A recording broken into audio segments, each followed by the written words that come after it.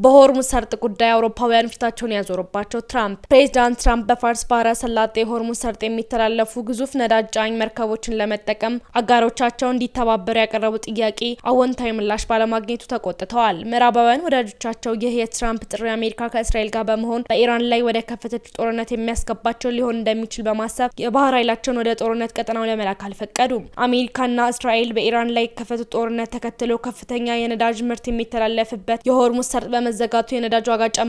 በሀገራት ምጣኔ ሀብት ላይም ተጽዕኖ እየተንጸባረቀ ነው። የአሜሪካ የቅርብ አጋሮች የሆኑት የዩናይትድ ኪንግደም፣ ፈረንሳይና ጀርመን ጨምሮ ግሪክ፣ አውስትራሊያ፣ ስፔን፣ ጃፓንና ሌሎችም በሆርሙዝ ሰርጥ የሚተላለፉ መርከቦችን ደህንነት ለመጠበቅ በሚል ትራምፕ ባዘጋጁት እቅድ ውስጥ የመግባት ፍላጎት እንደሌላቸው በመግለጽ መልስ ሰጥተዋል። በአውሮፓ ታላላቅ ወታደራዊ ኃይል ያላቸው ሀገሪቱ ምንም እንኳን የነዳጅ እንቅስቃሴዋ መስተጓጎል ቢጎዳቸውም በዚህ ምክንያት ግን ከኢራን ጋር ወደ ቀጥታ ግጭት የመግባት ፍላጎት እንደሌላቸው አሳውቀዋል። ይህም 3 ሳምንት ያስቆጠረው ጦርነት የአሜሪካና የእስራኤል ጉዳይ መሆኑን በተዘዋዋሪ መልእክት እያስተላለፉበት ነው። የዩናይትድ ኪንግደም ጠቅላይ ሚኒስትር ሀገራቸው ሆርሙዝን በመጠበቅ ሰበብ ወደ ጦርነት ተስባ እንደማትገባም ሲጠቅሱ፣ የጀርመኑ መራሂ መንግስት ደግሞ ትራምፕ ሀገሮቻቸው ካልተባበሯት ለኔቶ መጥፎ ሁኔታ ይፈጥራል በማለት ለሰጡት ማስጠንቀቂያ ኔቶ የመከላከያ ስምምነት እንጂ ጣልቃ ገብነት ትብብር አይደለም ሲሉ፣ የመከላከያ ሚኒስትራቸው ደግሞ የእኛ ጦርነቱ አይደለም እኛም አልጀመርነውም በማለት ራሳቸውን አርቀዋል። ነገር ግን ትራምፕ ሰኞ ዕለት እንደተናገሩት በርካታ ሀገራት ጥሪያቸው ተቀብለው ከጎናቸው እንደሚቆሙ እንደገለጹትም ጠቁመዋል። አሜሪካ ስትከላከላቸው የቆዩት ሀገራት ለቀረበላቸው ጥሪ ምላሽ ካልሰጡ ምስጋና ቢስነትም ነው ብለዋል። አሜሪካ በሆርሙዝ ሰርጥ በመጠበቅ ከጎኔ ይቆማሉ ብላ የምትጠብቃቸው የአውሮፓ ባለስልጣናት የኔቶ አባል ሀገራት ትብብር ራስን የመከላከል ዓላማ መሆኑን አጽንኦት እየሰጡ ነው። ኢራንና የኒውክሌር ፕሮግራሟን ዓላማ በማድረግ ግን አሜሪካና እስራኤል በምርጫ የገቡበት ጦርነት ነው በማለት ሀገራት ወደ መካከለኛው ምስራቅ ጦርነት መግባት እንደማይፈልጉም ግልጽ አድርገዋል። በኔቶ በኩል ዩክሬንን ከሩሲያ ጋር በምታደርገው ጦርነት እየደገፉት የሚገኙ የአውሮፓ ሀገራት በጦርነቱ ምክንያት የተፈጠረው የነዳጅ አቅርቦት መስተጓጎል ለመሸፈን በሩሲያ ላይ የተጣለውን ማዕቀብ ትራምፕ በማንሳታቸው ቅሬታቸውን ገልጸዋል። ሰላም ጤና ይስጥልን ውድ የተከበራችሁ የጎ ቲቪ አድማጭ ተመልካቾቻችን በያላችሁበት ሰላምታችን ይድረሳችሁ። ይህ ከጎ ቴሌቪዥን ዘወትር ሐሙስ ወደ እናንተ የሚደርሰው ፕሮግራም ጀምሯል። ፕሮግራሙን በመምራት አብራችሁ ቆይታ የማደርገውም እኔ ሳራባትና ከመላው የስቱዲዮ ባለሙያዎቻችን ጋር በጋራ በመሆን ነው። እስከ ፕሮግራም ፍጻሜ ድረስም አብራችሁን ቆዩ። በመግቢያችን ለማንሳት እንደሞከርነው ዛሬ ስለ ኢራን፣ አሜሪካና እስራኤል አሁናዊ ያሉበትን መረጃ ወደ እናንተ የምናደርስበት ፕሮግራማችን ጀምሯል። አሜሪካ በሆርሙዝ የባህር ወሽመጥ አቅራቢያ የሚገኙ የኢራን የሚሳኤል ጣቢያዎችን ደበደበች። የአሜሪካ ጦር የሆርሙዝ የባህር ወሽመጥ ላይ ነዳጅ ጫኝ መርከቦችን ለማጥቃት የሚውሉ የኢራን የሚሳይል ጣቢያዎችን መደብደቡን አስታወቀ።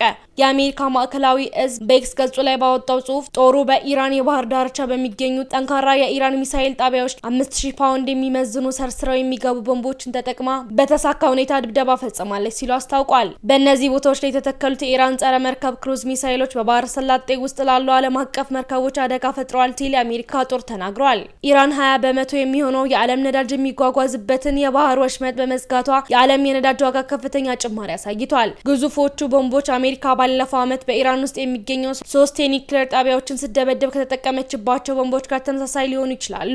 እነዚህ ቦምቦች በአየር ውስጥም በመሬት ላይ በሚገኙ ኢላማዎች መተው አይፈነዱም። ከዚህ ይልቅ በጥልቀት የተቀበሩና የተጠናከሩ ጉድጓዶችና ዋሻዎችን ሰርስረው በመግባት የማጥቃት አቅም አላቸው። 6 ሜትር ርዝመት ያለው ይህ ቦምብ ከመፈንዳቱ በፊት በዓመት 61 ሜትሮች ወደ ውስጥ ዘልቆ መግባት ይችላል ተብሎም ይታመናል።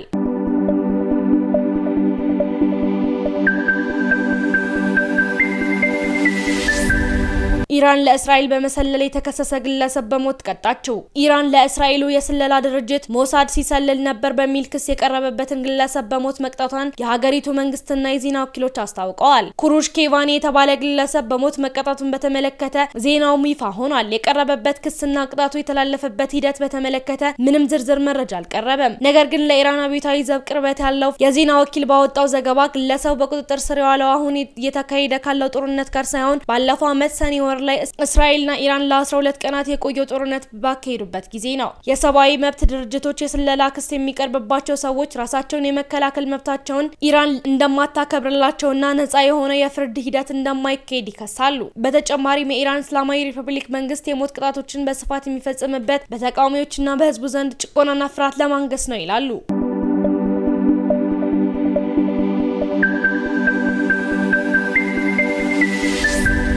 እስራኤል ሌሊቱን በቤይሩት የፈጸመችው ድብደባ ያደረሰው ውድመት። እስራኤል ሌሊቱን በሊባኖስ ዋና ከተማ ቤይሩት ላይ የፈጸመችው ጥቃት ተከትሎ 6 ሰዎች ሲገደሉ 24 ሰዎች ደግሞ ቆስለዋል። ሊባኖስ ወደዚህ ግጭት ተስባ የገባችው የሂዝቦላህ የኢራን ጠቅላይ መሪ አሊ ሄሚኒ መገደል ተከትሎ የአጸፋ እርምጃ በሚል ሮኬቶችና ድሮኖችን መተኮስ ተከትሎ ነው። እስራኤል በሂዝቦላህ ወታደራዊ ኢላማዎች ላይ ተደጋጋሚ የአየር ድብደባዎችን እየፈጸመች ሲሆን ውስን የእግረኛ ጦርን ማሰማራቷን አስታውቃለች።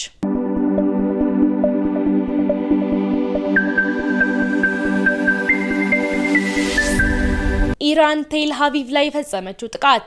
ኢራን በእስራኤል ላይ ሌሊቱን የፈጸመችው የሚሳኤል ጥቃት አንድ የ70 ዓመት ወንድና ሴት መሞታቸውን ተሰምቷል። ሮይተርስ የዜና ወኪል የዓይን እማኞችን ጠቅሶ እንደዘገበው ዛሬ ማለዳ በሊባኖስ ዋና ከተማ ቤይሩት ባቹራ በሚባል አካባቢ እስራኤል ጥቃት መፈጸሟን ተከትሎ ከፍተኛ ፍንዳታ ተሰምቷል። በዚህም የአደጋ ጊዜ ሰራተኞች በቴል አቪቭ ራማት ጋን ሰፈር የደረሰው ሚሳኤል ጥቃት ተከትሎ በቦታው ተገኝተው ምላሽ ሰጥተዋል።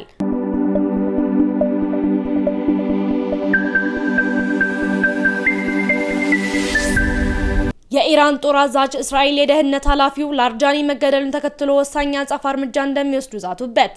የኢራን ጦር አዛዥ አሚር ሀታሚ በእስራኤል የአየር ጥቃት ደህንነት ኃላፊው አሊ ላርጃኒ መገደላቸውን ተከትሎ ወሳኝ አጸፋ እርምጃ እንደሚወስዱም ዝተውበታል። ለወንጀለኛው አሜሪካና ደም የተጠማው የጽዮናውያንን አገዛዝ በተገቢው ጊዜና ቦታ ወሳኝ የሚሸመደድ ጸጸት ውስጥ የሚጥል ምላሽ እንሰጣለን ሲሉ ሀታሚ በሰጡት መግለጫ ላይ ተናግረዋል። የላርጃኒና ሌሎች ሰማዕታት ሞት እንቀበላለን በማለትም አክለዋል። ከኢራን ጦር ኃይል የተለየ የወታደራዊ ክፍል የሆነው እስላማዊው አብዮታዊ ዘብ የላርጃኒ ሞትን ለመቀበል ወደ ማዕከላዊ እስራኤል ሚሳኤሎችን መተኮሱን የኤኤፍፒ የዜና ወኪል ዘግቧል። የኢራን ብሔራዊ የደህንነት ጠቅላይ ምክር ቤት ዋና ጸሐፊ አሊ ላርጃኒ ሰኞ ለማክሰኞ ሌሊት በእስራኤል የተፈጸመባትን ጥቃት ከልጃቸው ጋር መገደላቸውም ተነግሯል። ላርጃኒ በኢራን መንግስት ውስጥ ከፍተኛ ተሰሚነትና ከሟቹ ጠቅላይ መሪ ጋር የጠበቀ ግንኙነት ካላቸው የሀገሪቱ ተጽዕኖ ፈጣሪ ፖለቲከኞች መካከል ቀዳሚውን ስፍራ ይወስዳሉ። እስራኤል የላርጃኒ መገደል ቀድማ ያሳወቀች ሲሆን የመከላከያ ሚኒስተሯም ከፍተኛ የኢራን ባለስልጣናትን እየገደሉ ማጥፋታቸውን እንደሚቀጥሉ ተናግረዋል። ለዛሬ ይዘንላችሁ የመጣነው ይህንን ይመስል ነበር። ሳምንት በሌላ ርዕሰ ጉዳይ እስከምንገናኝ ድረስ ቸርን ሰንብት።